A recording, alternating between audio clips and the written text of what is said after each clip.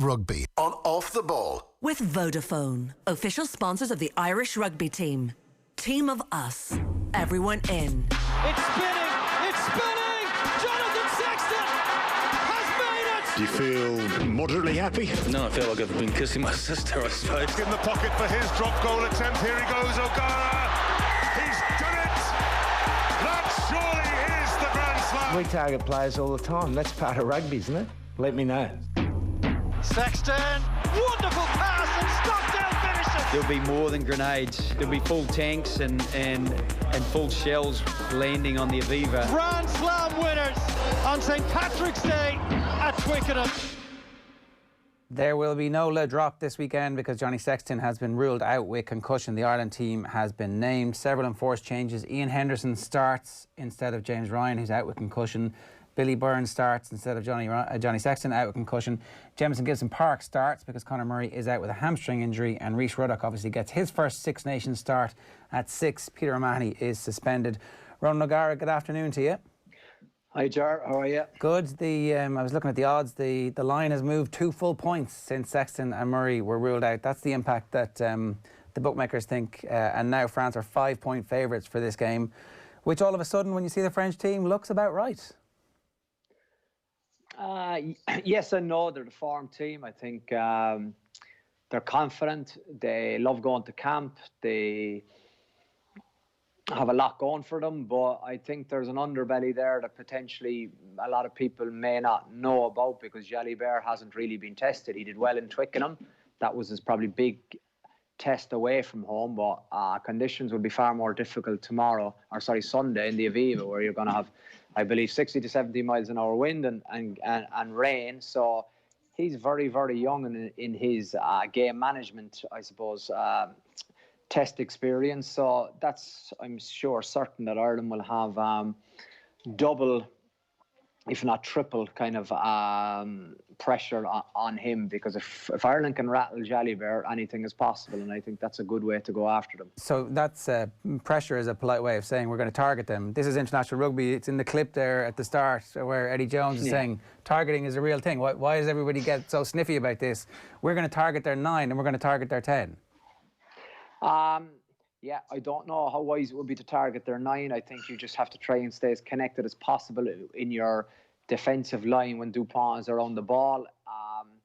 If you kind of go after him, he'll create something for someone else. I think Jalibert is a channel wider, and the more the ball is out of Dupont's hands, the better chance Ireland have of succeeding on the day. For me, Dupont is up there already. He's the best player in the world for me.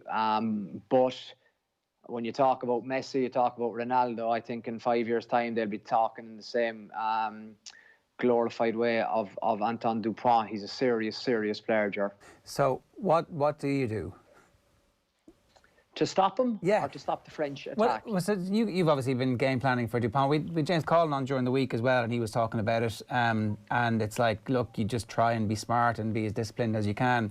But there will be a bit of targeting going on. He reckoned specifically of Dupont, so maybe it's different for you guys. But when you're coming up against him, and if it's him and Ntamack, if they're both fit, what do you do in your game plan to go, when the 9 gets it, this is how we have to behave? Well, it isn't as simple as that, I think, because where Dupont excels as opposed to any other 9 in the world for me is his capacity in broken field play. So his support lines are on a par with Aaron Smith, and that's basically Aaron Smith's game, his fast pass and staying upfield and getting a second touch and scoring. But what Dupont does better than anyone else is that he gets on the ball in chaos or in unstructured play, and he has a go. And there's absolutely no gaps and little tread, it seems, and bang, he goes off his left foot, he goes off his right foot. He is incredibly strong. He's a little pocket rocket, and all of a sudden he's 20 metres up the pitch, and you saw that example against Italy where he blindly left the ball. He's going this way, and he blindly leaves the ball that way without looking. So that's his norm.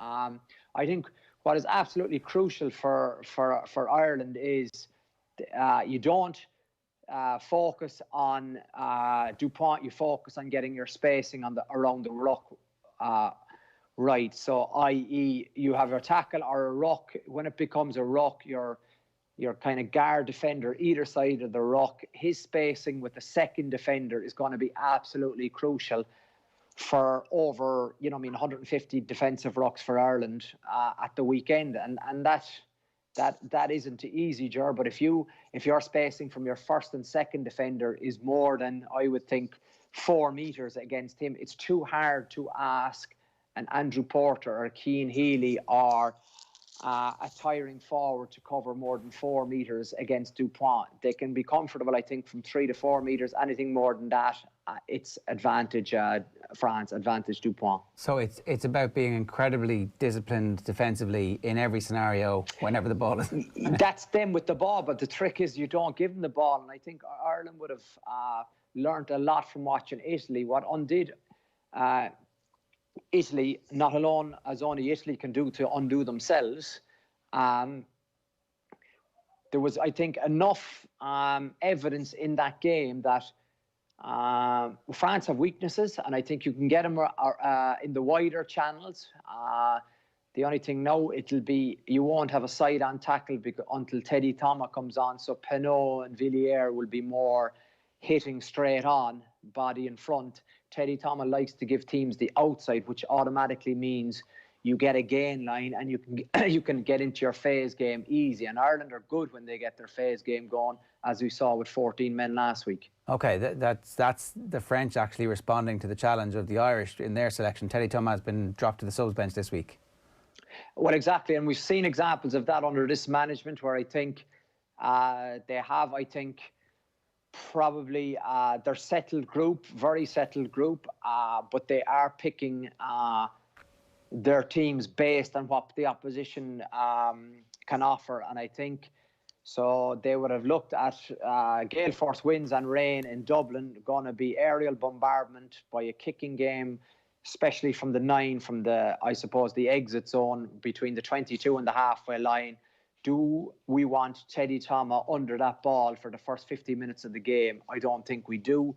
It sounds, Teddy isn't weak at all, but Penaud has a fantastic leap on him. And interestingly, when Ireland tire a little bit, it might give Teddy Thomas a bigger opportunity to shine. We have seen, I suppose, previous to this, Ger, would be, I think they picked Fico out of position against Johnny May on a man-marking job in Twickenham, if you recall, probably 12 months ago, which was, I think, caught a lot of people off. So the French have history in doing this, and it seems smart what they're doing. It's interesting that they would have picked that team on the assumption, probably, that we would have had a very stereotypical Irish 9 and 10 playing, and now it's the complete opposite. Do we have a 9 and 10 who are going to kick the ball? I'm not sure with Gibson-Park and Billy Burns. Yeah, you're right. Gibson-Park is a super rugby player, i.e. he has been formed in the Southern Hemisphere, and not maybe a super rugby player yet. I hope he will become a super rugby player for Ireland, but he's been formed in the super rugby in Southern Hemisphere. Super rugby is such a different game to test rugby, such a different game to Northern Hemisphere rugby. There's so much more space in super rugby. It's all out attack. You score, we score. Have a go from anywhere, boys. No pressure. We're here to entertain. The kicking, for me, and what I've seen, but I haven't seen, I suppose, I've only seen 2 or 3 years, Ger, since he's been in Leinster, probably closely enough. But he seems they don't box kick really that much in New Zealand. So he doesn't have those, I suppose, credits in the bank, banked over the early part of his career. It seems to me that running is his first option, which is very natural when you think about the game they play over there. Kicking and exiting is something that he can do, but it isn't a forte. But I think we saw a tactical shift from Ireland last week with exiting because of the left foot of James Lowe. He kicked the ball superbly 3 or 4 times over 60 yards, which is a big aid to the front 5. So how will our game change from having a different style of 9? What's the difference that you expect us to have with Gibson-Park at 9 versus what we would have had if Murray had been fit? I think there will probably be, I would say, more emphasis on 10 taking the responsibility. And even though we have probably a more experienced 10 than Gibson-Park in terms of being in the setup, I think Gibson-Park is in it a little bit longer than Billy Burns. I may be corrected on that. I'm not too sure. Maybe you know that, Ger. But they're two probably international rookies, and that combined, I think what you gain is an element of, we won't have fear when we're going to play. But also, there's a little bit of the unknown in terms of it's going to keep us all on the edge of our seat, because every time the ball is around the 9 and 10, I don't know exactly what to expect from these guys. Is that because I don't know them that well, or is that because I don't know their game inside out? But I think Billy Burns plays very instinctively, and Gibson-Park likes tempo. So it's not really, you've got to play your conditions too in Test Rugby, and in a wet and windy and driving rain on Sunday. Field position, game management, and patrolling your forwards and putting them in the right areas become important to eliminate the kind of 3-point kick zone, because if it's hard to score with ball in hand, the kicking game becomes even more relevant. Yeah, well, look, let's talk about the 10. I want to play you this. It's Freddie Burns, it's Billy's brother, who obviously famously had his own incident where a ball didn't get touched down, and so he's had to recover himself from something that would have been very high-profile error. We had him on the show on OTBAM this morning with Adrian and Owen. Here's Freddie Burns. Have a listen. Now, one thing I will say is, you know, I salute the balls on the kid for his first Six Nations appearance to go for the 5, because, you know, if he puts that ball 10, 15, 20 metres out, he's probably getting criticised for not going for the 5. So, you know, big set on him to go for it, and it just didn't work. So that's that. It's one error. He's been in great form for Ulster and so far for Ireland. So just crack on, and it's a big challenge against France this weekend. One thing I'd say about Bill is, you know, he's mentally very strong, and you know, like I said, he put his balls on the line at the weekend to go for the 5-metre line, and sometimes in that position it don't go for you. And it's one of those things. It's a test of character. Obviously, he's taken a lot of stick for it, which you're going to. That's why you play professional sport. Some of it is all right. Some of it's obviously over the line, but that is what it is, and he'll just want to bounce back. So he's a good lad. He'll bounce back either way, and yeah, it'll be a great occasion for him this weekend if he can get on the pitch and sort of silence a few critics. So yeah, you definitely learn from being in it, but that's it. It's happened now. What can you do? You either sit there and sulk and let the armchair critics who are there probably still with half their fish and chips down their face sort of criticise you and get to you, or you crack on and realise that you're the one playing in the Ireland shirt and doing a job for your country.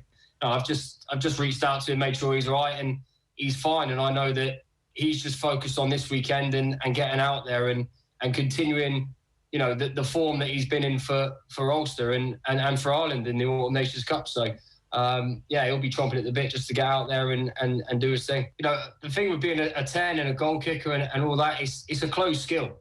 You know, when a hooker misses a line out last play of the game, you know, you can blame the line out caller, you can blame whoever. There's people, but when you're, you know, kicking at posts or going for the corner, you know, you're always going to be the guy to take the flak even.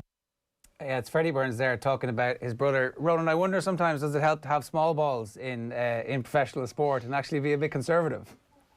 That's the benefit of hindsight, Ger. I think probably the key learning for Billy would be that, you know, I don't think the 5 is the magic target. You know, I think he's got to work out, I suppose, with his visualization, what he's looking to achieve. He knows that the closest you can get a line out, Ger, is 5 metres to the line. So all of a sudden, the corner flag is on the 5 metre line now. You cannot get a line out in rugby union for 2 metres from the opposition line, okay? So if your target is the 5 metre line, which is 5 metres from the opposition goal line, you know that you have 4.99 metres of out of bounds behind that, okay? But Billy's kick, I think, if I recall correctly, it missed the dead ball line, which is another 10 on top of that. So it was a complete miss hit. But I know exactly why that happened, I would think, Ger, because I would say he mightn't even have seen the ball, in the fact that I've been there. Your heart is going 180. You're absolutely, you know what I mean? There's no doubt, I'd say nerves played a huge part in it. And you're going probably on, you're not even watching the ball onto your foot. You're just kicking this, and then, you look up and, oh my God, did that happen? So it's a big one. I think, as his brother said, you know, I don't think it comes down to balls for going for it. I think that's a process you learn, and you get better with experience and understanding the importance of in sudden death, especially when the clock is like that. You mean you can't kick it out. It's not like any other period of the game where a spray equals a scrum or a 22. This is the end game. So, but he's grossly inexperienced, and I think what will frustrate the Irish supporters, and himself more so than anybody, would be if he was to repeat that in a probably similar context in the game this season. It's okay if it happens in the you know what I mean, in the first 20 minutes of a game, and he's greedy and he's going for it. But I think what good players do is that they don't make the same mistake twice of something of huge importance. Yeah, and Andy Farrell, as a coach, having invested this amount of time and energy to get him to this point, he not that he had no choice, he had a choice, but it would undo all that work if you didn't put him in the matchday squad this weekend. Yeah, I wouldn't underestimate either, too. I think what Andy Farrell did, I think it could have been, I would say it was a long and hard decision, because for me, Ross Byrne is a great starter. I think he's a great game controller. I think that's is underappreciated, what he brings to it. I think he manages his team very well. And Billy Burns has, I suppose, a little bit of X factor and a little bit of a high tempo feel to his game. But I haven't seen enough of him, Ger, because I think he's only playing in Ulster a year or two, would it be, or is it longer? No, that's about right, yeah. And probably he's in single digits for caps for Ireland. So, you know, we're still getting to get a feel of him. But I thought it was, I think it's he will absolutely need to be mentally strong, because he has a tough week. Because if you move on too quickly from what you have done in terms of try to brush it under the carpet, that'll come back to haunt you again. There's big learnings for him in this, but I'm sure he'll look at that and he'll know that I'm very fortunate to be getting this chance to hit the ground running straight away after, because sometimes, as I know from my wonky cross kick in Murrayfield, it finished my international career. Luckily enough, you had a couple more games with Munster, though. That's what we all remember. Two max. There was some good kicks in those games that we remember more than that wonky crossfield kick. Oh, I don't know. It was a shocker. Wow. Well, you were at the end of your career. How did you, was that a nightmare night? No, it just kind of reinforced, I suppose, the importance of watching the ball onto your foot, because you've done this skill for so many times. How many balls have I kicked? You know what I mean? Literally millions. And then you go to do it. And because it was greasy, I said, okay, I'm going to actually, instead of throwing this pass 30 yards, it's just easier for me to just, as I call it, push pass it. I don't even kick it. I just push it with my foot. And then, I just absolutely screwed it off the inside of my foot and caused consternation in the team. But I actually can laugh at this stage. My healing process is over, thankfully. Are you sure? You brought it up unprompted. Yeah, but sure, it's good to talk. Problem shared is a problem halved. Fair enough. Okay. You were very critical of James Lowe in the Examiner today. You were kind of suggesting that both himself and Keith Earls would have been a little bit concerned about the team selection. They both made it. Again, the coach is backing them to fix the errors that you said Lowe's were far more serious actually than Earlsy's last week. Yeah, but Earlsy had a few knock on maybe and spilled the ball, but I just think I hope I wasn't very critical of him. That's not my intention. I was trying to point out, I suppose, I think if that was an experienced test winger who has played a lot of his rugby in the Northern Hemisphere, we wouldn't be looking at, on either occasion, a try for Wales.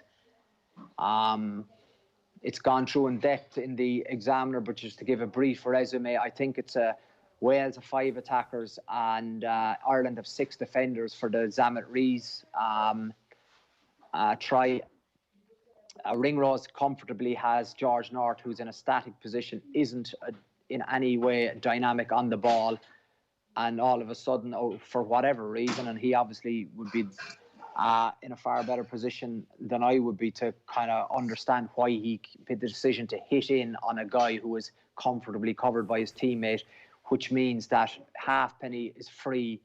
Hugo Keenan has to adapt to James Lowe's bizarre decision and come in to try and hit the second last, but he hasn't had the time. And Zamet Rees comes in for a try, and Furlong, in fairness to him, busts a gut to try and get to the corner, but he's just, you can't get a tight head prop to do that. Yeah, no, it's fairness. And look, again, they've both been backed by their head coach, so fingers crossed they can both put in a better performance. Ronan, before you go, give us your prediction. What do you actually think is going to happen? Who's going to win? Bizarrely, after all this, I think Ireland are going to win. Why do I say that? I think because they're desperate. They're desperate to play and they're wounded. And I think home advantage without the public is huge. Ireland have never lost the first 2 games in the history of the Six Nations. I don't expect them to start this weekend. All right. Ronan, good stuff. Thanks a million for joining us. Cheers. Thank you, Ger. Great to chat. Thank you. Rugby on Off the Ball. With Vodafone, official sponsors of the Irish rugby team. Team of us, everyone in.